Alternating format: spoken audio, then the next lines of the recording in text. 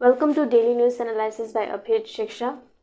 Today we will be doing the news analysis for 7th of April 2023. Today is World Health Day and this year it is the 75th edition. This day is usually celebrated every year on 7th of April. It also marks the establishment of the World Health Organization back in the year 1948.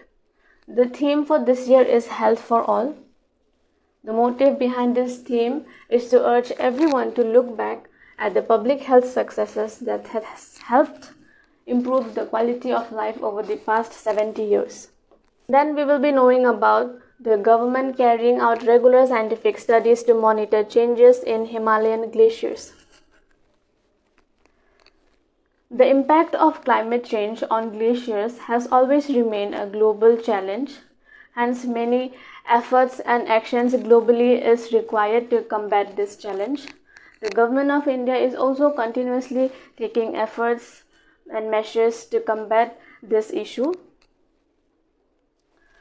Several adaptation measures and mitigation measures, such as declaring several areas in the Himalayan states as national parks or protected areas, then carrying out regular scientific studies to monitor changes in Himalayan glaciers. Such steps or measures are continuously being taken.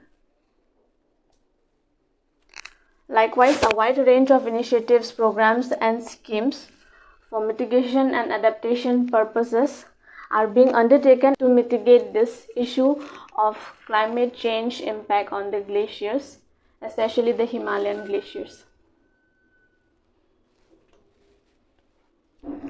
In our next news, we will know about the MISHTI scheme. This is a scheme to promote development of mangroves across mangrove growing areas across the country, which is around 11 states and 2 union territories. The scheme MISHTI is an acronym that stands for Mangrove Initiative for Shoreline Habitats and Tangible Incomes. It envisages to comprehensively explore the possible area of development of mangroves covering approximately 540 square kilometers spreading across 11 states and 2 union territories during 5 years, commencing from 2023-2024 onwards.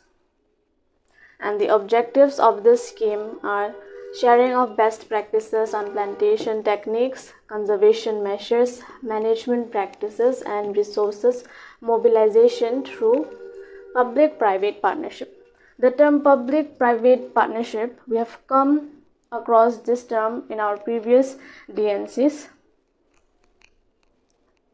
This term, public-private partnership, it is a partnership or an arrangement between the government and the private institutions.